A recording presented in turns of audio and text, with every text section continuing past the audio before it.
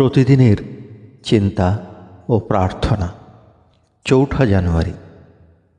আমাদের জীবনকে এমন নিয়ন্ত্রিত করিতে হইবে যেন আমরা শ্রী ভগবানের সান্নিধ্যে বাস করিতে পারি। মুখস্থ করা যায়। হাঁটি আগে আমি, যবে তুমি চলো পথে, রাখি দৃষ্টি তোমাপর প্রহরীর মতো।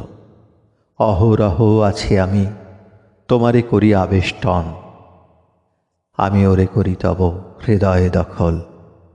সদা আমি থাকি ঘিরে বাহিরে তোমায়, তুমি যবে দেখো আঁধার, দেখাই তোমারে পথ। দুঃখের দিনে করি তব মন লঘুভার, মাভৈ বৎস, হও না কাতর। আমি রাখি পূর্ণ করি বাহির ভিতর, আমি আছি অনুক্ষণ তব সহচর। উপদেশ।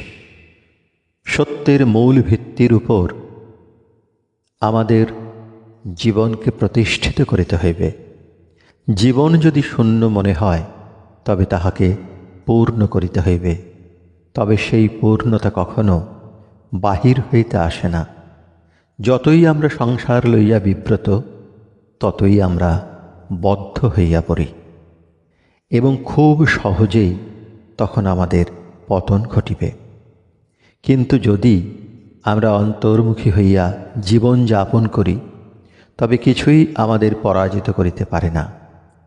সুতরাং এই বাহিরের জাগতিক বন্ধনে আবদ্ধ হওয়া আমাদের পক্ষে কখনো সমুচিত নয়। প্রার্থনা।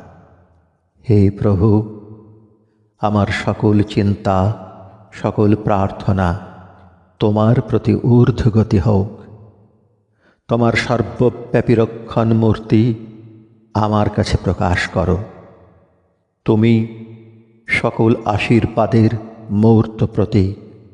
আমার জীবনকে তুমি পবিত্রতা ও শান্তিতে পূর্ণ করো।